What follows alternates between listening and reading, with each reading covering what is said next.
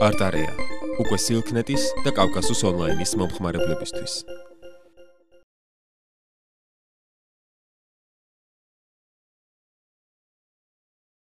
Ქალბატონებო და ბატონებო, მე მინდა დიდი მადლობა მოგახსენოთ, რომ მეძლევა შესაძლებლობა ამ დიდებულ სახლში, მწერალთა სახლში გამოვიდე. მით უფრო მართალია თქვენ ბრძანეთ, რომ ერთი წლის ბრძანდებით, მაგრამ ამასთანავე ხართ ერთდროულად ძალიან დიდი ხნის და ამ სახლში მუდმივად თან არსებობენ ასაკი, დიდი ხანი და სიახლე, ახალგაზრდობა. და მე ძალიან მიხარია, რომ ამ ტრადიციებს ეს სახლი, მიუხედავად მრავალი დისკუსიისა ამ სახლის გარშემო, აგრძელებს და როგორც მე საინფორმაციო საშუალებებიდან ვიგებ, ძალიან ბევრი საინტერესო ტარდება, შეკრება აქ ლიტერატურის საკითხებზე და მე ვფიქრობ, საერთოდ კულტურის საკითხებზე. მე პირადად ამ სახლთან მაკავშირებს ძალიან ბევრი მოგონება და ახლა არ ჩამთვალოთ, რომ პრეისტორიული ადამიანი ვარ, მაგრამ მე აქ მომსწრე ვარ გალაქტიონ ტაბიძის, ჩვენი მწერლობის საუკეთესო წარმომადგენლების გამოსვლისა, ცხარე დისკუსიებისაც, მათ შორის ზოგჯერ ზღვარს გადასული დისკუსიებისაც, მაგრამ ეს სახლი ყოველთვის ანდამატივით იზიდავდა ყველას, განსაკუთრებით ახალგაზრდობას და აი როცა სტუდენტები ვიყავით, მახსოვს, რომ ჩვენთვის ძალიან დიდი თავგადასავალი იყო აქ მოსვლა და მონაწილეობის მიღება ამ სახლის ცხოვრებაში. ახლა რაც შეეხება იმ საკითხს, რომელზედაც დღეს ჩვენ ვისაუბრებთ, ეს არის უკანასკნელ ხანებში განსაკუთრებით აქტუალური საკითხი. მოგეხსენებათ, რომ ევროპის იდეა ფაქტობრივად მას შემდეგ, რაც ახალი რეალობა შეიქმნა, პოლიტიკური რეალობა ვებერთელა სივრცეზე, რომელზეც იყო გადაჭიმული იმპერია, აი ეს რეალობა ქმნის ძალიან ბევრ პრობლემას. იმიტომ რომ ევროპის იდეა არსებობს ცალკე, მაგრამ მეორე მხრივ არსებობს რუსული იმპერიის იდეა. და ეს ორი იდეა თავსებადი იქნება, თუ არ იქნება თავსებადი, აი ამან უნდა გადაწყვიტოს, როგორი იქნება შემდეგ, მე ვფიქრობ, გარკვეული თვალსაზრისით ევროპის ბედიც, იმიტომ რომ ღმერთმა არქმას, მაგრამ თუ კი დაპირისპირება მივიდა ძალიან ისეთ კრიტიკულ ფაზამდე, კაცმა არ იცის, როგორ შეიძლება წარიმართოს შემდეგ მოვლენები. მე უნდა მოგახსენოთ, რომ თავისთავად ევროპის იდეა ძალიან ადრე პერიოდიდან არსებობს და დღემდე თქვენ იცით, გრძელდება კამათი იმის თაობაზე, როგორი უნდა იყოს ევროპა. ახლა თუ გადაავლებთ თვალს, რა მოხდა ამ ხნის განმავლობაში, რადიკალურად იცვლებოდა თვალსაზრისი იმის თაობაზე, როგორი უნდა იყოს ევროპა. რანაირი ერთიანობა შეიძლება კონდეს ევროპას. და განსაკუთრებით ჩვენ შეგვიძლია ვთქვათ, რომ ეს თემა გააქტიურდა და ძალიან რეალისტურ ფაზაში შევიდა მეორე მსოფლიო ომის დამთავრების შემდეგ. უნდა მოგახსენოთ, რომ დღესაც ევროკავშირში, ევროპის საბჭოს ქვეყნებში გამოკითხვის შედეგები ძალზე საინტერესო სურათს გვიჩვენებს. აი მე აქ მაქვს მონაცემები, ევროპის საბჭოში დღეს თუ არ ვცდები 47 ქვეყანაა. ამ 47 ქვეყანაში ჩატარდა გამოკითხვა, არა მარტო ამ ქვეყნებში, თვითონ ევროკავშირის ამჟამად უკვე 28 ქვეყანაში ჩატარდა გამოკითხვა. კითხვა რა იყო? თქვენ აყენებთ ეროვნულ იდენტობას უფრო მაღლა, ნაციონალურ იდენტობას უფრო მაღლა თუ ევროპულ იდენტობას? და შედეგები იყო, უნდა გითხრათ, ევროსკეპტიკოსების მოსაწონი და ევროპოცენტრისტების საოცრად დასაწუნი. რატომ? იმიტომ რომ აღმოჩნდა, ახლა მე პროცენტებს აღარ გისახელებ სპეციალურად, აღმოჩნდა, რომ აბსოლუტური უმეტესობა მოსახლეობის ნაციონალურ იდენტობას აყენებს უფრო მაღლა ბევრად, ვიდრე აყენებს ევროპულ იდენტობას. თავისთავად რა არის ეს? ეს არის საფრთხე თუ არა ევროპული იდენტობის. ეს არის საფრთხე თუ არა ევროპის ერთიანობის. ეს საკითხი, მე ვფიქრობ, სერიოზულ მსჯელობას მოითხოვს. ჩვენთან ძალიან ხშირად არის დეკლარირება ხდება უბრალოდ, რომ ვარ დემოკრატები, გვინდა ევროპა, მაგრამ მსჯელობა სერიოზული, სხვათა შორის ისეთი, როგორც ევროპაში მიმდინარეობს, მე არ ვარ იმ აზრის, რომ შეიძლება ჩვენ უცბად იმ დონეზე ავიდეთ მსჯელობის თვალსაზრისით, რაც ევროპაშია, მაგრამ მსჯელობა, ანალიზი სამწუხაროდ ძალიან იშვიათად მესმის, ძალიან იშვიათად ისმის. აქ არის ორი დაპირისპირებული მხარე, ერთი რომ აი ევროპის თავგადადებული, ესე იგი, მომხრეები, მეორენი მადლობა ღმერთს, რომ ძალიან ცოტანი არიან მოწინააღმდეგეები და ეს მიდის ესეთი პოლიტიკური კინკლაობის ფორმას იღებს ხოლმე. თუმცა საკითხი არის ძალიან სერიოზული, მე პირადად გახლავართ ესეთი ჩემი შეგნებით მთლიანად ევროპის ორიენტაციის მომხრე და შევეცდები ჩემს ლექციაში გაჩვენოთ რატომ და როგორ მესახება ეს. კერძოდ იმ საფუძველზე, რაც გულისხმობს ანტიკურობისა და თანამედროვეობის შეხედულებათა შეპირისპირებას. დღეს ევროპა ცნება არსებობს და არსებობს მისი სინონიმი. ბევრს ასე გონია. ეს რა არის? დასავლეთი. მაგრამ ეს დასავლეთი თავისთავად წარმოადგენს საკმაოდ საინტერესო ცნებას და არის ერთ-ერთი ავსტრიელი მეცნიერის აზრი, რომ ევროპა ცდება დასავლეთს და დასავლეთი ცდება ევროპას. ესე იგი, კი არიან ისინი რაღაცაში დამხვედრნი, მაგრამ გარკვეული თვალსაზრისით ისინი ცდებიან, სცილდებიან ერთმანეთს. მე უნდა მოგახსენოთ, რომ საქმე იქამდე მივიდა, რომ ცალკე არის ევროპის ისტორიის შესახებ წიგნები და აი აგერ გერმანიიდან ჩამომიტანეს არის წიგნი ვინკლერისა დასავლეთის ისტორია. აი სადაც ის ფიქრობს, რომ დასავლეთი იწყება გვიან ანტიკურობიდან და ყველაზე ადრე ელინისტური ეპოქიდან, აი აქედან იწყება დასავლეთი. მაგრამ დღეს უნდა გითხრათ, რომ ფორმალური კრიტერიუმები რა არის ევროპა? აი რას უნდა ეფუძნებოდეს ეს? ფაქტობრივად ძალიან საკამათოა და არც არსებობს.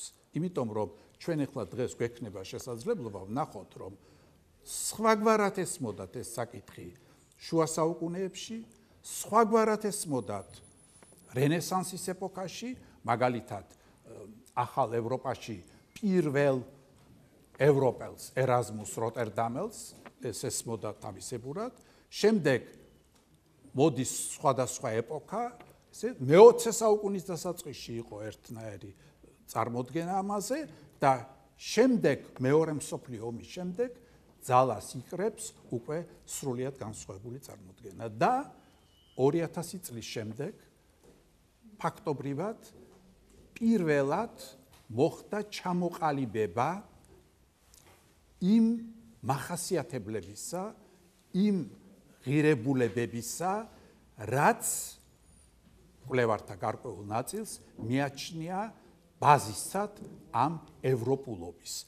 მას რახან არ არის ფორმალური კრიტერიუმები, ვერ ვიტყვით გეოგრაფიული კრიტერიუმს ვერ დავასახელებ დღეს. ვერ დავასახელებ, მე არ გულისხმობ გეოგრაფიულად სად თავდება ევროპა და სად იწყება, ამაზე არ არის ლაპარაკი. ჩვენ ვიცით, რომ არის ასეთი აზრი, რომ ევროპა არის ბოლოს და ბოლოს აზიის დანამატი და ასე იგი სხვა არაფერი. ბატონო, აზიის ნახევარკუნძული არის ასეთი აზრიც, მაგრამ მიუხედავად ამისა, ჩვენ ყველანი დარწმუნებულები ვართ იმაში, რომ ევროპა არის და დაახლოებით წარმოგვიდგენია რა არის ეს ევროპა. და ძალზე საინტერესოა, რომ ასეთი ფილოსოფოსი, თანამედროვე ცოცხალი ბერნარ ანრი ლევი ბოლოს და ბოლოს ამ ფორმალური კრიტერიუმების არარსებობის გამო მიდის დასკვნამდე, რომ ევროპა ადგილი კი არა, იდეაა. წარმოიდგინეთ, ეს განსაზღვრება უკვე რას ნიშნავს? ევროპა ადგილი კი არ არის. ვერ შემოფარგლავთ თქვენ ვერც ერთი ფორმალური კრიტერიუმით. ეს არის იდეა. ხოლო იდეა რა არის? იდეა არის ღირებულებათა სისტემა. ესე იგი ღირებულებათა სისტემაა გარკვეული და ამაზე უნდა იყოს აგებული ევროპა. მაგრამ ამ შემთხვევაში ისმის კითხვა, რა არის ეს ღირებულებათა სისტემა და როდიდან იკვეთება კაცობრიობის ისტორიაში ეს სისტემა?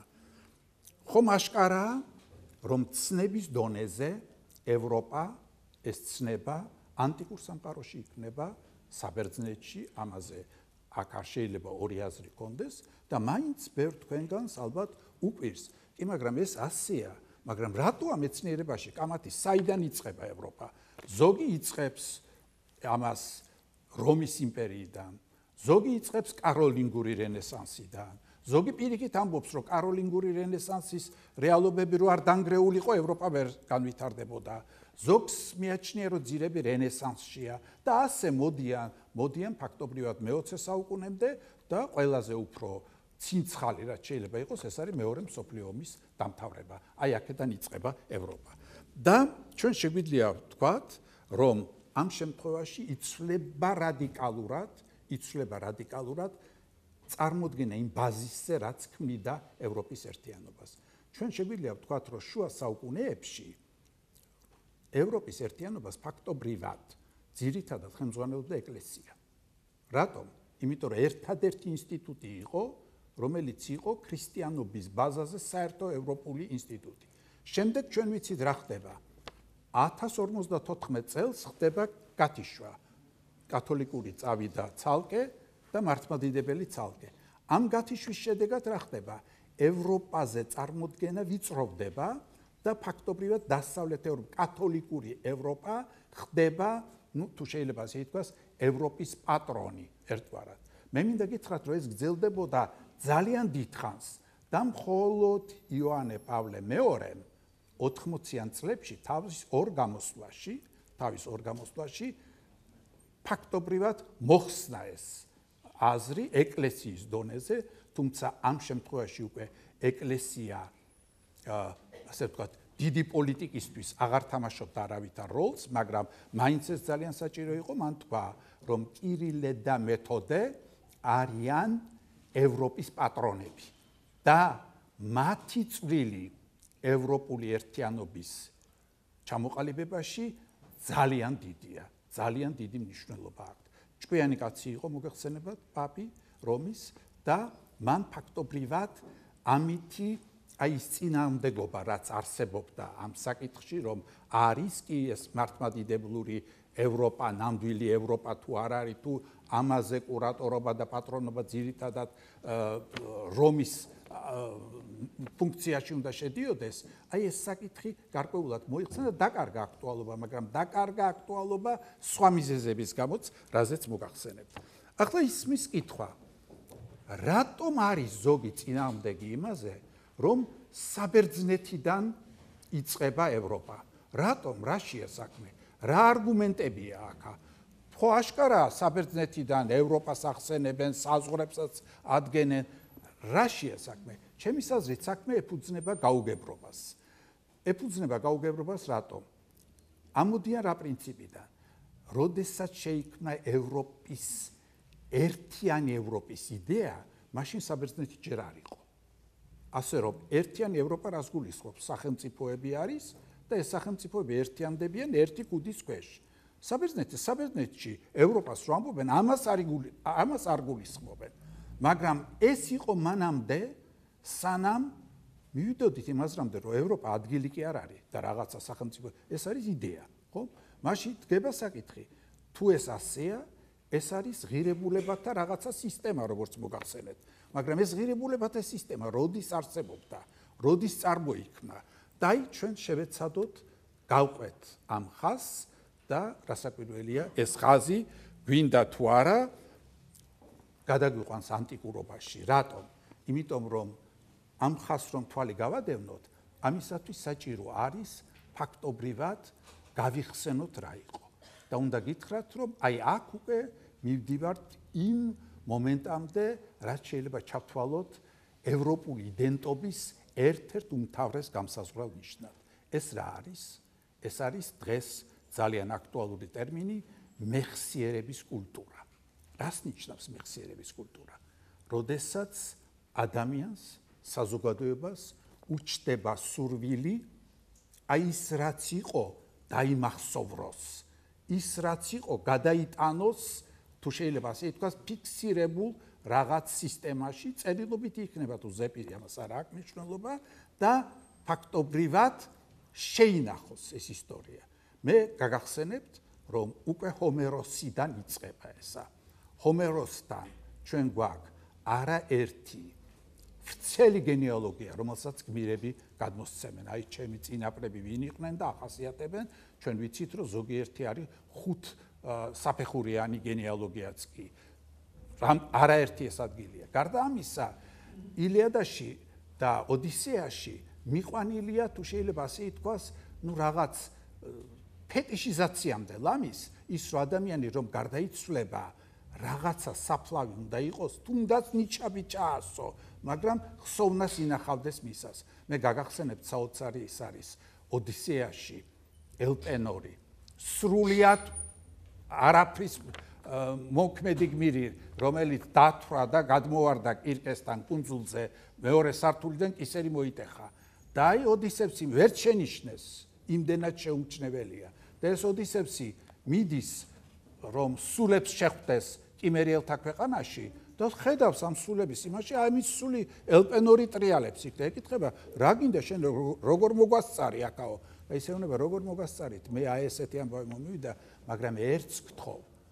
მიდი აი იქ როცა გაივლით უკან, მე დამკრძალეთ, ბორცვი ამიგეთ და ნიჩაბი ჩაასეთ, რომ ჩემი ხსოვნა იყოს. და უნდა გითხრათ, რომ აქედან მოყოლებული ბერძნებისათვის ეს იყო ძალზე მნიშვნელოვანი ამბავი.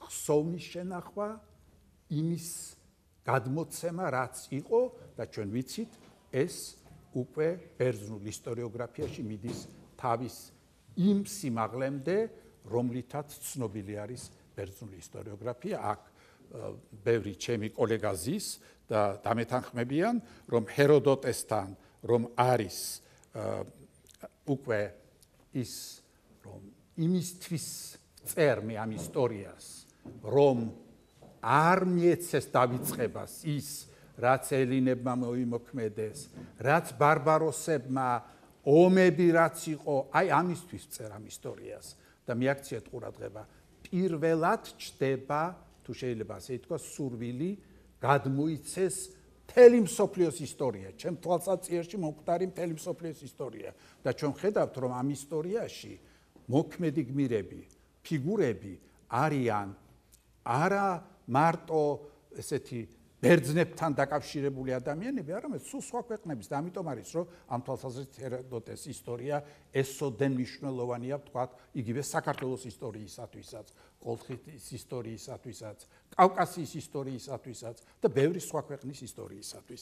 აი ეს ძალზე საინტერესო არის, რომ ჰეროდოტესთან აი ესეც იკეთება და აქ უკვე ევროპისა და აზიის იდეა ჩამოყალიბდა, იმდენად ჩამოყალიბდა, რომ ჰეროდოტე ველაპარაკება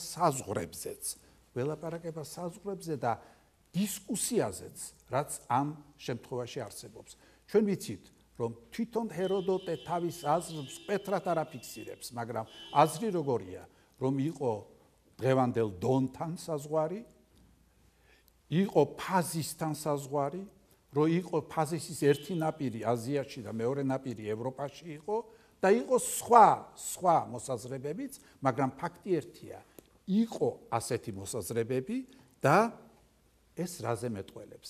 ეს მეტყველებს იმაზე, რომ იყო დაპირისპირებაც. როგორი იყო ეს დაპირისპირება? ჩვენ ისევ ჰეროდოტესთან რომ გადავინაცვლოთ, ჰეროდოტე გვეუბნება, რატომ დაიწყო ბერძენ-სპარსელთა ომები? და ამბობს, მე კი არ მჯერაო ეს, მაგრამ სპარსელები ასე ფიქრობენო და ასახელებს, რომ სპარსელებმა ელინებმა მოიტაცეს აზიელი ქალები და სხვათა შორის მათ შორის მედეაც არის დასახელებული, აგერ მედეოლოგია არის კალბატონი კეტევანი აკა და არის ესე იგი სპარსელებმა თავის მხრივ მოიტაცეს და მოიტაცეს ელენე, პარისმა მოიტაცა ელენე, მაგრამ იგი ამბობს, ამ მომენტამდე ეს დაპირისპირება გამოიხატებოდა მხოლოდ რაში? გამოიხატებოდა ქალების მოტაცებაში და პატარა წაკინკლავებაში. ხოლო ამის შემდეგ, რაც ბერძნებმა გააკეთეს, ეს უკვე დანაშაულია, რადგან მათ პირველად ილაშქრეს აზიაში, მანამდე ვიდრე სპარსელებმა ილაშქრეს ევროპაში. ეს იყო სპარსელთა არგუმენტი, მაგრამ ჰეროდოტე იმაზე კი არ დაობს, ეს აზია, ევროპა ნამდვილად ასე იყო თუ არა. ჰეროდოტე ამბობს, რომ კი ბერძენ-სპარსელთა ომები რომ წარმოიშვა, მაგრამ ესე იგი რაღაცა სხვა მიზეზით, მაგრამ ეს აზრით შეიძლება არსებობდეს. შესაბამისად, იგი აზია-ევროპის დაპირისპირებაზე არ დაობს. უკვე ამ დროს, როგორც ჩანს, ევროპა-აზიის დაპირისპირება არის გარკვეულად ჩამოყალიბებული ოდენობა. მაგრამ ახლა ისმის კითხვა, საიდან მოდის ეს? მოდის იქიდან, რომ ბერძნებმა ამ მომენტში საკუთარი იდენტობა გარკვეულად გაიაზრეს რა არის. რაში მდგომარეობს ეს იდენტობა? და ამასთანავე გაიაზრეს ისიც, რომ ეს ძალიან ღრმა წარსულში მიდის, ღრმა წარსულიდან მოდის ყველაფერი ეს. მე მინდა პატარა გადაუხვიო ჩვენ საკითხს და გითხრათ, რომ მართლაც დღეს ძალიან ხშირად ლაპარაკობენ, აი ევროპა, აზია, ზოგს გონია, რომ აქ რელიგიური მომენტია მთავარი, ზოგს გონია, რომ აი თუ იქ რაღაცა შეიცვლება ეს მოხსნის წინააღმდეგობას, მაგრამ უნდა გითხრათ, რომ თავისთავად ეს დაპირისპირება ეფუძნება უფრო ბევრად, უფრო შორეულ წარსულში მიმავალ და ღრმა წინააღმდეგობას, რომელიც შეიქმნა. გავიხსენოთ, რომ ხმელთაშუა ზღვის პირეთში, რომელიც არის ცივილიზაციების სამშობლო, ფაქტობრივად სამი მოდელი ჩამოყალიბდა ცივილიზაციის, რომელიც შემდეგ მოხდა რეალიზება უკვე საუკუნეების განმავლობაში. ერთი რა იყო? მესოპოტამიური მოდელი, ეს არის მოდელი გახსნილი, ღია მოდელი, ესე იგი ღია კულტურის მოდელი, რომელიც გადიოდა. მეორე არის ეგვიპტური მოდელი, რომელიც არის ჩაკეტილი მოდელი და მესამე არის ეგეოსურ-ელინური მოდელი, რომელიც არის ასევე ღია, გახსნილი მოდელი. მაგრამ რა სხვაობაა მათ შორის? მესოპოტამიური არის მითოლოგიურ აზროვნებაზე დაფუძნებული მოდელი. ეს რას ნიშნავს? ეს ნიშნავს, ახლა მე შორს აღარ წავალ, ამაზე არსებობს ჩემი წიგნიც და არაერთი ნაშრომიც და მე არ მინდა რომ დეტალურად განვიხილოთ ეს რა არის? რომ ჭეშმარიტება აპრიორი არსებობს და შესაბამისად მე ჩემ ამოცანას იმაში კი არ ვხედავ, რომ რაღაცა შევცვალო ცნობიერის დონეზე და მუდმივ ცვლილებებზე ვიყო ორიენტირებული და თვითონ ვეძიო ჭეშმარიტება. არა, მე ვცდილობ, რომ ეს ჭეშმარიტება შევინახო. თქვენ იცით მითოლოგიური აზროვნებისათვის ურთიერთობები არის ასეთნაირად მე და შენ. ანუ ვარ მე და ყველაფერი რაც არის, რაც ჩვენთვის ხშირად არის ობიექტური, იგი იმისთვის არის შენ. გასულიერებულია, ჩემი პარტნიორია, თუ შეიძლება ასე ითქვას. ეს არ არის აბსოლუტური ხასიათის, მაგრამ ძირითადად ეს არის. ეგვიპტური ასევე მითოლოგიური აზროვნებაზე აგებული, თუმცა შეგვიძლია ვთქვათ, რომ ეს ჩაკეტილი სისტემაა. აი შუმერული მესოპოტამიური ღია სისტემაა და გადავიდა სხვა ქვეყნებში და ჩვენ ვიცით, მთელი ანატოლია, ну ბოლოს და ბოლოს იგივე გავლენები არის კულტურაშიც, რომ შევხედოთ ხელოვნებაში, თუნდაც ურარტუში. გარკვეულად აი ეს მოდის ეს ხაზი. ეგვიპტური ჩაკეტილია, ეგვიპტელები თვლიდნენ საოცარი, ну ჩვენი ტერმინები რო ვიხმაროთ, ნაციონალისტები იყვნენ, იმ თვალსაზრისით, რომ ეგვიპტეა და სხვა სამყაროა. ეგვიპტე არის ხალხი და დანარჩენი არიან აბსოლუტურად ხალხის კატეგორიაში ვერ ჩაითვლებიან ისინი. ეს გარკვეულ პერიოდამდე იყო რასაკვირველია. რა ხდება ეგეოსურ ელინურ სამყაროში? ამ მოდელში. აქ ძალიან ადრე, როგორც ჩანს, მინოსური კულტურის დონეზე უკვე მითოლოგიურ აზროვნებასთან ერთად ამ წარმოიქმნა პარალელურად კრიტიკულ-ანალიტიკური აზროვნება. რაში ვლინდება ეს? ეს ვლინდება ძალიან საინტერესო ფაქტში, აი მინოსური კრეტა, საოცარი კულტურა, საოცარი ცივილიზაცია. მეორე 1000 წლეულის დასაწყისში უკვე რა ხდება აქ? ხდება ის, რომ აბსოლუტურად გაცნობიერებული ცვლილება ხდება კულტურაში. ხელოვნებაში. მაგალითად არის ერთი სტილი და ეს სტილი იცვლება რადიკალურად მეორე სტილით. ეგვიპტეში მხოლოდ ერთხელ გაბედა ესა ეხნატონმა და არაპატიეს მას თუ შეიძლება ასე ითქვას, გააგრძელდა შემდეგ ეგვიპტურმა კულტურამ გააგრძელა თავის ხაზით განვითარება. მინოსური კრეტა. შემდეგ მოდის მიკენური საბერძნეთი, რომელიც გარკვეულად ამას როგორც ჩანს აგრძელებს ამ ტრადიციას და მერე მოდის უკვე თვითონ საბერძნეთი, სადაც ეს კრიტიკულ-ანალიტიკური მითოლოგიურის პარალელურად განსხვავება ჩვენ შორის ის არის, რომ ჩვენთან მითოლოგიური არ არის კრიტიკულ-ანალიტიკური, მე არ გულისხმობ ფანატიზმს, სადაც მითოლოგიური ჭარბობს და კრიტიკულ-ანალიტიკური საერთოდ ამოვარდნილია. მადლობა ღმერთს, ეს არის მაინც მცირე ჯგუფის სფერო. აი აქ ჩვენ შეიძლება ითქვას, რომ ამ ორმა ფაქტორმა განაპირობა ბერძნული კულტურის შემდეგ თავისთავადობა, ძალიან სერიოზული თავისთავადობა. და ეხლა ეს ყველაფერი რატომ მოგახსენეთ? აი ეს სუბსტრატები, მითოლოგიური აზროვნება დომინანტური და მეორე. მითოლოგიური აზროვნება, მაგრამ კრიტიკულ-ანალიტიკური აზროვნებაც. აი ეს ორი დომინანტური, ამან განსაზღვრა, თუ შეიძლება ასე ითქვას, სხვადასხვა მიმართულებებით, გარკვეული თვალსაზრისით ამ ორი ცივილიზაციის განვითარება. და ძალზე საინტერესოა, რომ ბერძნები, როდესაც გამოყოფენ ევროპას, ისინი თავის თავს თვლიან რეპრეზენტატორებად ან რეპრეზენტებად ევროპისა, წარმომადგენლებად თვლიან თავის თავს. ესე იგი, მე ვარ, თუ შეიძლება ასე ითქვას, ჩემი ევროპული სამყაროს თავარი წარმომადგენელი. და ეს თანდათან ხოლო აზიისა ვინ არის? სპარსეთი. იმიტომ რომ ის არის ძირითადი, რომელიც განსაზღვრავს. მე ხლა არ ჩამოგითვლით, რითი განსხვავდებიან ერთმანეთისგან ძალიან დეტალურად, მაგრამ ფაქტი ერთია, რომ საბერძნეთში მიდის ამისი გააზრება. თანდათან რა არის ეს? საით მივყევართ და ჩვენ ვიცით, რომ პლურალიზმი საბერძნეთისთვის ხდება ძალიან მნიშვნელოვანი. ჯერ კიდევ მანამდე, სანამ დემოკრატია მოიკრებდა ძალას და კლასიკურ ათენში თავის კლასიკურ ფორმას მიაღწევდა, საბერძნეთში მაინც იყო პოლიტიკური პლურალიზმი. ეს რას ნიშნავს? ერთი პოლისი, სახელმწიფო, იქ იყო რაღაცა ერთი პოლიტიკური სისტემა, მეორე პოლისი, სახელმწიფო, მეორე პოლიტიკური სისტემა, გარკვეული თვალსაზრისით იქ ეს სახალხო კრება, ეს თუ შეიძლება ასე ითქვას, სამეული მართველი, შემდეგ ჯგუფი, რომელიც ამ მართველთან არის და კრება, ხალხის კრება, ეს ყველგან იყო. თავარი რა არის? ვიცი სიტყვა იყო გადამწყვეტი. და აი შეიძლება ითქვას, რომ ეს ელემენტები უკვე აქ იყო, მაგრამ რა ხდება კლასიკურ ათენში? რაც სოლონის შემდეგ მოდის და პერიკლეს ეპოქაში ადის უმაღლეს დონეზე და უნდა გითხრათ, რომ თუკიდიდესთან მოყვანილი არის პერიკლეს სიტყვა, რომელიც არის უნიკალური ნიმუშირისი. როგორ აფასებს კაცი იმ პოლიტიკურ სისტემას, რომელიც იქ ფიგურირებს. პერიკლეს სიტყვა, მე უნდა მოგახსენოთ, რომ არის ალბათ პირადად ჩემს აზრს გეუბნებით, პირადი აზრი არის, მაგრამ არა მარტო ჩემი აზრი არის. პერიკლეს სიტყვა გახლავთ ალბათ საუკეთესო სიტყვა, რომელიც როდესმე რომელიმე პოლიტიკურ მოღვაწეს წარმოუთქვავს. აი თქვენ წარმოიდგინეთ, რომ ახლა იგი ეს სიტყვა ფაქტობრივად გახდა სანიმუშო სიტყვა ძალიან ბევრი პოლიტიკური მოღვაწისა.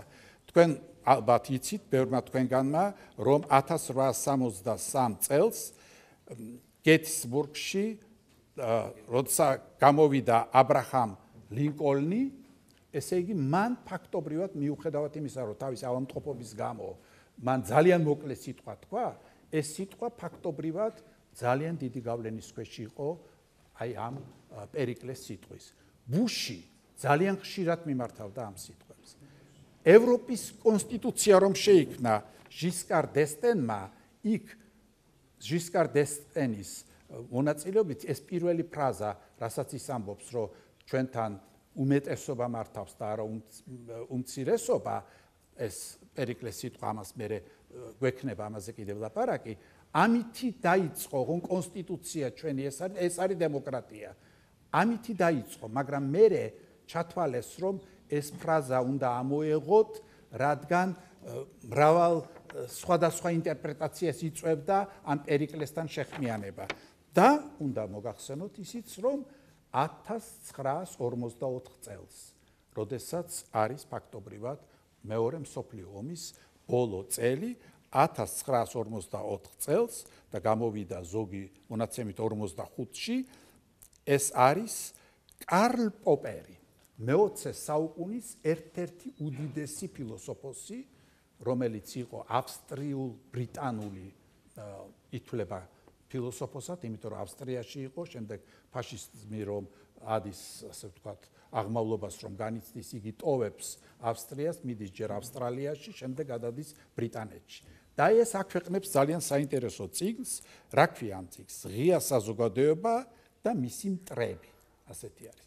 და რას ამბობს იგი? ამ პერიკლეს სიტყვაზე დაყრდნობით. ათენიას სკოლა, პერიკლე ამბობს იქ, რომ ჩვენ ვართ მთელი ელადის სკოლა. ათენიას სკოლა არა მხოლოდ საბერძნეთისა, არამედ კაცობრიობისა, უკვე განვლილი და მომავალში გასავლელი ათასწლეულებისათვის. უდიდესი შეფასება ამ სიტყვის და რასაკვირველია, ახლა ჩვენ გვაინტერესებს რა არის ეს სიტყვა, მაინც რა არის ამ სიტყვაში ასეთი ნათქვამი. მე ამჯერად არ მინდა სადისკუსიო საკითხში ჩავერთო ავთენტურობის თაობაზე ამ სიტყვის. ეს რას ნიშნავს? კამათი არის რაზე? კი, მაგრამ თუ კიდიდემ რა ჩაწერა, პერიკლემ ზეპირად თქვა, ხო? სიტყვის ტექსტი არსებობდა, თუ როგორ იყო საქმე. და არის მეცნიერები ზოგიერთი ფიქრობს, რომ შეიძლება ეს სიტყვა ფაქტობრივად თუ კიდიდემ იმის გათვალისწინებით იცნობდა ძალიან კარგად ვითარებას, პერიკლეს იცნობდა და ამის გათვალისწინებით აღადგინა, მაგრამ მე მინდა მოგახსენოთ ერთი ამბავი. ასეთ დროს მხედველობიდან რჩებათ კულტურის ტიპი, რომელიც არსებობდა იმ დროს საბერძნეთში. თქვენ იცით, რომ არის კულტურა, ფაზას გადის, როდესაც კომუნიკაციაში ზეპირი ფორმა არის დომინანტური, რომ მე ზეპირად გადმოგცემ რაღაცას. ეს ფაზა იყო ალბათ გეომეტრიულ ეპოქაში, არქაიკაში ნაწილობრივ. არის ფაზა, როდესაც დაახლოებით თანაბარი არის ამათი როლი. ზეპირი და წერილობითი კომუნიკაციის და არის ფაზა, როდესაც წერილობითი კომუნიკაცია არის დომინანტური და ზეპირი მეორე პლანზე გადადის. და აი, როცა ეს ზეპირი კომუნიკაცია, თუ შეიძლება ასე ითქვას, არსებობს და ძალიან მყარი ადგილი უჭირავს, აბსოლუტურად სხვანაირად არის მეხსიერების საკითხი. თუ შეიძლება ასე ითქვას, დამახსოვრების საკითხი. მაგალითად, დღეს ძალიან ძნელი წარმოსადგენია, რომ საბერძნეთის სკოლაში შეხვიდეთ, ვიღაცას უთხრათ, რომ მთელი ილიადა მითხარი ზეპირად. ალბათ მაშინვე გეტყვიან, რა სისულელეს მეუნები, როგორ გეტყვიან მთელი ილიადა ზეპირად. მაგრამ საბერძნეთის სკოლაში რომ შედიოდა ადამიანი, მაგალითად ცნობილია, რომ ალკიბიადე როცა შევიდა სკოლაში და წამოაყენა მოსწავლე და უთხრა, აბა ეს ადგილი მითხარი ზეპირად, მოსწავლემ ვერ უთხრა, მოbrunდა და მასწავლებელს გაარტყა სილა. რასაკვირველია, ეს პედაგოგიური თვალსაზრისით არ არის გამართლებული, მაგრამ ეს რაზე მეტყველებს? მეტყველებს იმაზე, რომ ეს ცოდნა ამ ზეპირად ამ ნაწარმოების ეს იყო აუცილებელი. და აი, მოგეხსენებათ, რომ დამახსოვრობის შესაძლებლობებიც იყო სხვა და ამდენად მე მგონია, რომ აი ეს სიტყვა ყოველ შემთხვევისათვის კარგად დამახსოვრებული სიტყვა იყო და ძალიან კარგად არის გადმოცემული და განსაკუთრებით ყურადღებას იქცევს მართალია ლევანი, რომელმაც თარგმნა ეს სიტყვა ფლად არ ეთანხმება ამ ხალხს, მაგრამ იწვევს განსაკუთრებულ ყურადღებას შემდეგი გარემოება. რა იწვევს ყურადღებას? იწვევს ყურადღებას ის, რომ თუ კიდიდეს ენა საერთოდ არ არის ადვილი ენა, მაგრამ ამ სიტყვის ენა გარკვეული თვალსაზრისით განსხვავებული არის თუ კიდიდეს ენისაგან. და აი ეს რასაკვირველია კიდევ ერთი არგუმენტია, მაგრამ ეხლა დღეს ჩვენ ეს არ გვაინტერესებს, გვაინტერესებს რა? რა არის პერიკლეს სიტყვაში ნათქვამი? მე უნდა გითხრათ, რომ პერიკლეს სიტყვა არის საოცრად მოკლე და ამ მოკლე სიტყვაში კიდევ უფრო მოკლე არის, იგი შედგება, აგერ მაქვს მე თუ არ ვცდები, შედგება პერიკლეს სიტყვა 1600-მდე სიტყვისაგან შედგება პერიკლეს სიტყვა. მოცულობით სულ მეოთხედი ნაბეჭდი თაბახის მოცულობა აქვს, ანუ ჩვენი ტიპოგრაფიული რო გამოვიყენოთ ტერმინოლოგია.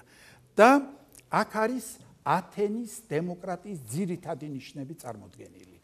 და ეს სადაც ეს ნიშნებია წარმოდგენილი მთელი ტექსტის კიდევ არის ნახევარი ალბათ დაახლოებით ეს რას ნიშნავს რომ აი ამ მცირე მოცულობის ტექსტში მოცემულია მთელი არსი დემოკრატიისა მთელი სიტყვარი წინვალე თავისი ჭერმეტყველური პათოსით ეძღვნება პელოპონესის ომში პირველ წელს დაცემულ გმირთა დაკრძალვას ბუნებრივია იგი ხარკს იხდის აი ამ ცერემონიალის კანონზომიერებისადმიც მაგრამ აქ ჩერდება იგი რომ მინდა მე გავიხსენოთ რა არის ჩვენი ქვეყანა და აი აქ გადმოსცემს იგი ჩემის ვარაუდით 21 ნიშანს ასახელებს 21 ნიშანს რომელიც არის დამახასიათებელი დემოკრატიისთვის ან ჩავთვალოთ რომელიც უნდა იყოს დამახასიათებელი დემოკრატიისთვის მე ხლა ამ ნიშნებს არ ჩამოგიტყვით მხოლოდ გეტყვით რომ აქ არის ძალიან საინტერესოდ განაწილებული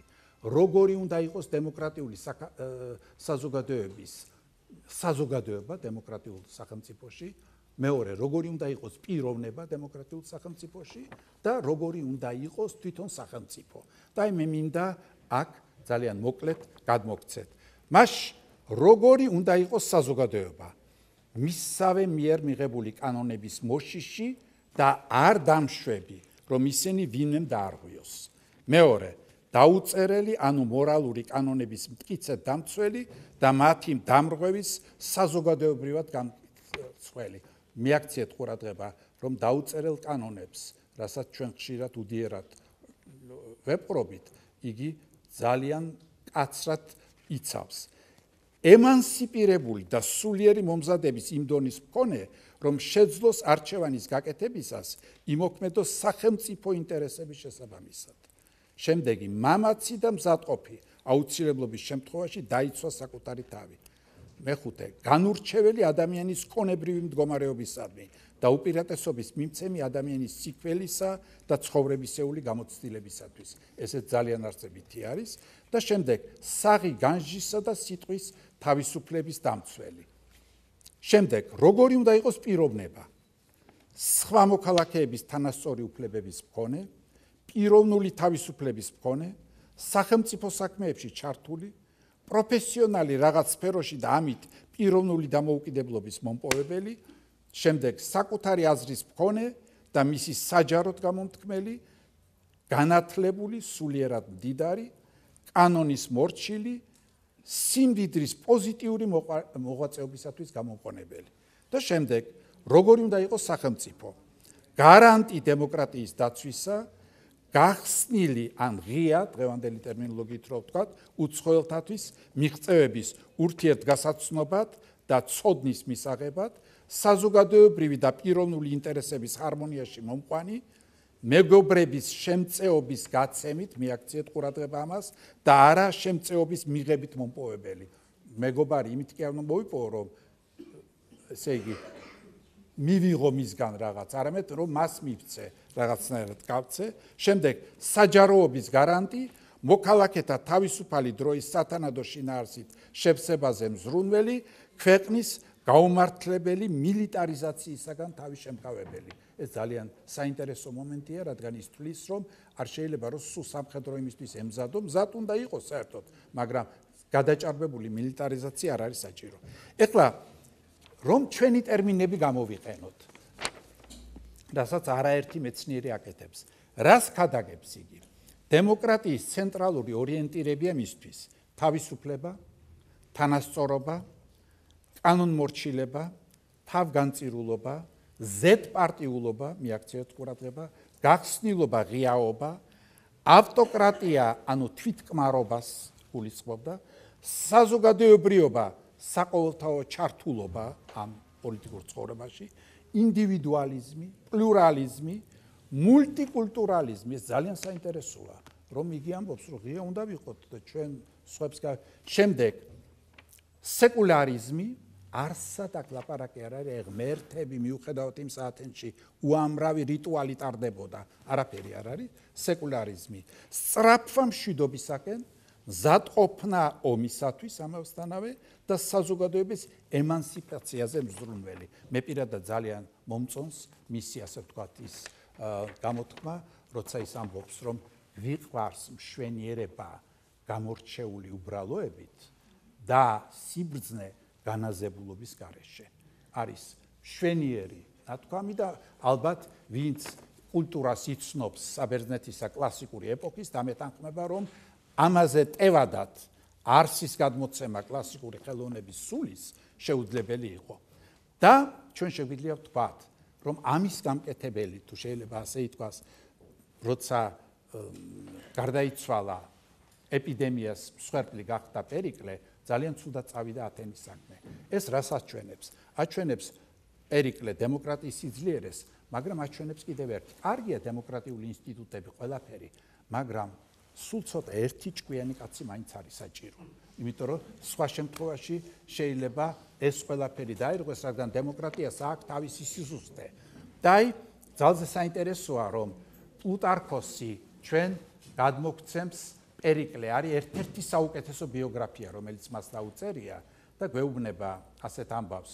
ხდება პერიკლე და ყველას გონია, რომ არის უკვე აბსოლუტურად უგონოდ და არაფერი არ ესმის და მის გარშემო ლაპარაკობენ. ზოგიერთი რას ამბობს, აი პერიკლე რა გააკეთა, რა მხელა საქმე გააკეთა, სხვადასხვა რაღაცას და უცბად პერიკლე ერთვება საუბარში. და ამბობს, რომ თქვენ გამოგრჩათ ერთი, ჩემი უმთავრესი დამსახურება. რა იყო ჩემი უმთავრესი დამსახურება? არავის ჩემ გამო შავი ლაბადა არ მოუხურავს, არ მოუსხავს. ესე იგი, ჩემს გამო არავინ არ გამხდარა უბედური. ეს არის ძალიან მნიშვნელოვანი ამბავი, რაც მიგვითითებს ვებერთელა ჰუმანიზმზე ადამიანის. და უნდა გითხრათ, რომ პერიკლეს ყავდა მაგინებლებიც, მაგრამ ყავდა ძალიან დიდი აპოლოგეტებიც. და ჩვენ შეგვიძლია ვთქვათ, რომ ეს მოდელი არის ფაქტობრივად უნივერსალური, რელიგიური, ეთნიკური, გეოგრაფიული შეზღუდვებისგან თავისუფალი. მისი ესე იგი განხორციელება ძალიან ძნელია. რატომ? იმიტომ რომ ბერძნები მშვენივრად ხედავდნენ. საკმარისია ამ მოდელის რაღაცა ერთმა კომპონენტმა არა ისე იმუშაოს, როგორც ჩაფიქრებული იყო, ამით შეიძლება მთელი მოდელი, ასე ვთქვათ, დაზიანდეს. და შეიძლება მოხდეს ისეთი რაღაცა, რომ თქვენ ამბობთ, რომ დემოკრატია ყველაფერი არის, მაგრამ რაღაცა ერთი არ ფუნქციონირებს და ეს დემოკრატია უცბად გადავიდა ოქლოკრატიაში, ბრბოს მმართველობაში. რატომ? იმიტომ რომ მივიდა უაზრობამდე. და აქ თვითონ ბერძნების შემდეგ იხილავდნენ ძალიან საინტერესოდ რა არის, რა მე ძალიან მაწუხებს, რომ დღეს ჩვენს ქვეყანაში ფაქტობრივად არ ხდება ამის განხილვა, ესე იგი რაღაც ტაბუიზირებულია. ზოგს გონია, რომ პლატონი იყო დემოკრატიის მტერი.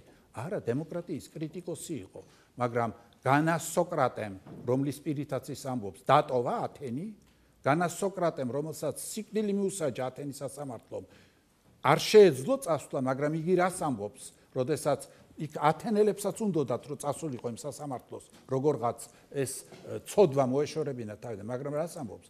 არა, აი ეს კანონები მე მიმაჩნდა საუკეთესო კანონებად და აქ ვიყავი. და დღეს როცა ეს კანონი მე შემომიტრიალდა, მე უთხრა ამ ბოდიში და მივაფურთხო ამ კანონებს და ესე იგი უთხრა, რომ აი თქვენ ეხლა ის კარგი იყო მაშინ, მაგრამ ეხლა ცუდია, არავითარ შემთხვევაში. მიაქციეთ ყურადღებას, ძალიან საინტერესო მომენტია. კი, დემოკრატია ცუდია, მაგრამ ყველა სხვაზე უკეთესი არის, რაც არის იქ. და ეს ძალზე საინტერესო ანალიზი თვითონ ბერძნების, ჩვენ ვიცით პლატონი ახდენს ანალიზს, არისტოტელე, პოლიბიოსი, შემდეგ ციცერონი და მიდიან იმ დასკვნამდე, რომ რა არის თითეული ამ სისტემის მინუსი. თითეული სისტემის მინუსი არის მისი სიკეთე რაც არის, ამისი გადაჭარბებით გამოყენება. აი ამისი სიჭარბე გადაგიყვანს შენ ანომალიაში. და ეს ანომალია შეიძლება ძალიან ცუდად შემოუტრიალდეს ქვეყანას.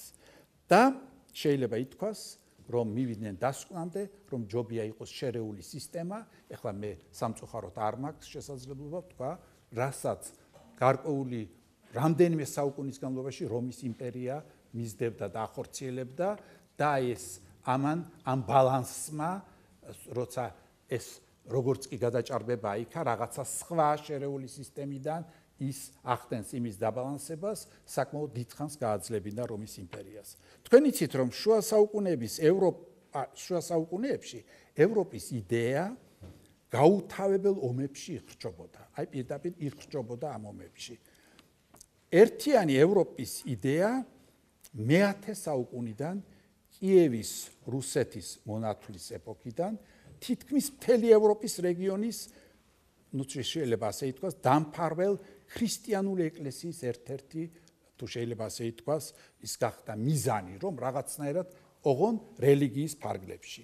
ძალიან საინტერესოა რომ გაითიშა ეს ეკლესიები, მაგრამ ევროპა, დასავლეთ ევროპა აგრძელებდა ამ მიმართულებით მუშაობას, ფიქრობდა ამ თემაზე. და ჩვენ შეგვიძლია ვთქვათ, რომ პირველი ევროპელი ერაზმუს როტერდამელი რას ამბობს? ამბობს შემდეგს, რომ მართალია გეოგრაფიულად ფრანგი და ესპანელი გაყოფილია ერთმანეთისგან, გერმანელი და ფრანგი გაყოფილია, ინგლისელი და ფრანგი გაყოფილია, მაგრამ მათ ხომ რა აერთიანებთ? მათ აერთიანებთ ქრისტიანობა, აერთიანებთ ერთი სარწმუნოება. და ეს ძალიან საინტერესო მომენტი, ეს ქრისტიანობა ამ ევროპის იდეას ინარჩუნებდა დიდი ხნის განმავლობაში. შემდეგ შემოერია, შეიძლება ასე ითქვას, მას სხვა საერო მოტივებიც, ჩვენ ვიცით, რომ სხვადასხვა პროექტები იყო, დიადი გეგმა, რომელიც გულისხმობდა 15 ევროპული სახელმწიფო უნდა გაერთიანდეს, ოღონდ ქრისტიანული სახელმწიფოები და ასე მოვიდა ეს ყველაფერი მე-20 საუკუნემდე და უნდა გითხრათ, რომ ამ ხნის განმავლობაში ევროპელებმა დაამტკიცეს, რომ ყველაზე უფრო დაუნდობლად ისინი ებრძოდნენ ერთმანეთს, ყველაზე უფრო დაუნდობლად და სისხლში აღჭობდნენ იმ იდეას, რასაც ჩვენ შეგვიძლია უწოდოთ ევროპის იდეა. და შემდეგ მოდის მე-20 საუკუნე. ალბათ ყველაზე უფრო სისხლიანი საუკუნე ევროპის მასშტაბით. ორივე მსოფლიო ომი ფაქტობრივად ევროპელთა ინიციატივაა. ორივე მსოფლიო ომი მოხდა ევროპელთა ინიციატივის შედეგად. და დასავლეთის საზოგადოება დადგა ასეთი საფრთხის წინაშე მეორე მსოფლიო ომის შემდეგ. ან ოსვალდ შპენგლერის სიტყვები გამართლდება ძალიან ხშირად ჩვენთან თარგმნიან არასწორად ევროპის დაისი, ეს არ არის ევროპის, ეს არის დასავლეთ ევროპის დაისი, იმიტომ რომ შპენგლერის დროს იყო აბენდლანდში იგულისხმებოდა დასავლეთ ევროპა. აი შემდეგ ხდება ამისი განზოგადება. აი დასავლეთ ევროპის, აი რომ ეს არ მოხდეს, ამისათვის საჭირო არის რაღაცა ზომების მიღება. და ძალიან ბევრი რაღაც ხდება, ახლა მე აღარ მინდა აქ ჩამოგითვალოთ, იმიტომ რომ მე მინდა ძირითადად მივიდეთ აი იმ თეზისებამდე, რომელიც ახლა დღეს არის ყველაზე უფრო აქტუალური. აი შეიძლება ითქვას, რომ შიშმა ახალმა რეალობამ, იმისმა გაცნობიერებამ, რომ შეიძლება ევროპა ძალიან აერიოს და რაც უფრო დიდია ტექნიკური პროცესი, პროგრესი, მით უფრო ვარესი შეიძლება მოხდეს, მაგალითად მეორე მსოფლიო ომში რომ დაიღუპა ხალხი, ასე ამდენი რაოდენობით არ დაღუპულა არც ერთ ომში. ეს ცნობილი იყო და შორს რო წავიდეს უფრო საქმე და კიდევ ერთი მსოფლიო ომი იყოს, ადვილი წარმოსადგენია რა იქნება და თუ შეიძლება ასე ითქვას, მრავალმა ფაქტორმა და ამ ფაქტორებს დაემატა მოგვიანებით რა გლობალიზაციის მომენტი, გლობალიზაციისკენ სწრაფვა. მე მინდა მოგახსენოთ, რომ სულ ახლახან რამდენიმე წლის წინ გამოვიდა 6 ტომად მსოფლიო ისტორია და მისი სათაური ასეთია: Weltgeschichte, eine globale Geschichte von den Anfängen bis ins 21. Jahrhundert. 2009 წელსია გამოცემული. რას ამტკიცებს ეს ისტორია? რომ მსოფლიო საით მიდის გლობალიზაციისკენ. აი მიდის გლობალიზაციისკენ, მაგრამ როგორი უნდა იყოს ეს გლობალიზაცია? ამაზე შეიძლება ვუკამათოთ. და აი ჩვენ შეგვიძლია ვთქვათ, რომ 2003 წელს პირველად ფაქტობრივად მე არ გულისხმობ შუმანის გეგმას და სხვა პოლიტიკოსებისას, პირველად ფილოსოფოსები პირველად აყალიბებენ აი ახალ რეალობაში რა უნდა იყოს ევროპის ძირითადი მახასიათებლები. 2003 წელს იურგენ ჰაბერმასი და ჟაკ დერიდა ფრანგი იყო, ჰაბერმასია გერმანელი და თქვენ წარმოიდგინეთ, რომ ეს უკვე თავისთავად სიმბოლური იყო, ორი ყველაზე უფრო დაპირისპირებული ხალხი ფაქტობრივად გამოდის და ფაქტიურად დღეს მათი მეგობრობა არის მართლაც სანიმუშო ამ ხალხების მეგობრობა, ისინი აყალიბებენ რას ამბობენ, რა არის ომის შემდგომი ასეთი ისა გამოვიდა ესე მათი ჩვენი განახლება ომის შემდგომი ევროპის მეორე დაბადება. ესე იგი ჩვენი განახლება და შემდეგ ევროპის მეორე დაბადება ომის შემდგომი. და რას თვლიან საერთო ნიშნებად? საეროობა, ანუ საერო უნდა იყოს, სოციალურობა, მრავალმხრივობა, საერთაშორისო პრობლემების მშვიდობიანი გადაწყვეტისათვის უპირატესობის მიცემა.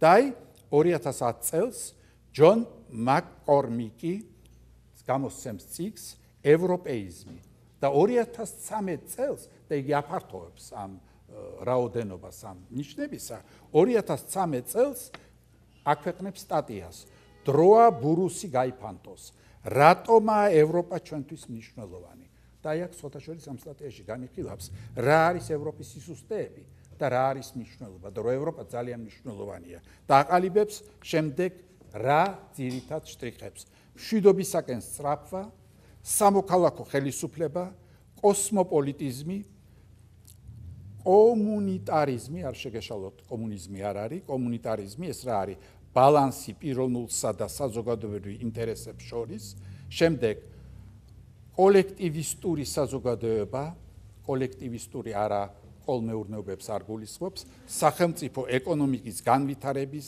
წარმართველი უნდა იყოს და საზოგადოებრივი კეთილდღეობის გარანტი შემდეგ საზოგადოებრივი კეთილდღეობა სახელმწიფო ახალისებს ინდივიდუალურ ბიზნესს მაგრამ უზრუნველყოფს შესაძლებლობათა თანასწორობას და საზოგადოებრივი დოვლათის სამართლიან განაწილებას მულტიკულტურალიზმი და სეკულარიზმი და აი უნდა გითხრათ რომ ამ ჩამონათვალს თქვენ ხედავთ გაიხსენეთ რა იყო პერიკლეს ძირითადი ორიენტირები მე შემიძლია სრული პასუხისგებლობით გითხრათ რომ ევროპა ჯერ კიდევ ძიებაშია აი იმ ნიშნებისა რა უნდა იყოს და ძალიან კარგად ეს ნიშნები თავის დროზე გადმოსცა პერიკლემ მე ახლა არ ურჩევ ევროპელ ფილოსოფოსებს დასკნენ და პერიკლეს ნიშნებს დაეყნონ მაგრამ გადმოსცა და კიდევ ერთხელ დაამტკიცა რომ ევროპა მართლაც არის იდეა ღირებულებათა სისტემა და ეს ღირებულებათა სისტემა ბერძნებმა